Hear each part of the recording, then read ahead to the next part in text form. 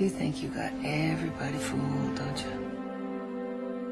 Well, not me, honey. I've known you too long. And no matter how hard you try to deny it, I can tell you care as much about him as he cares about you. To admit that you love him,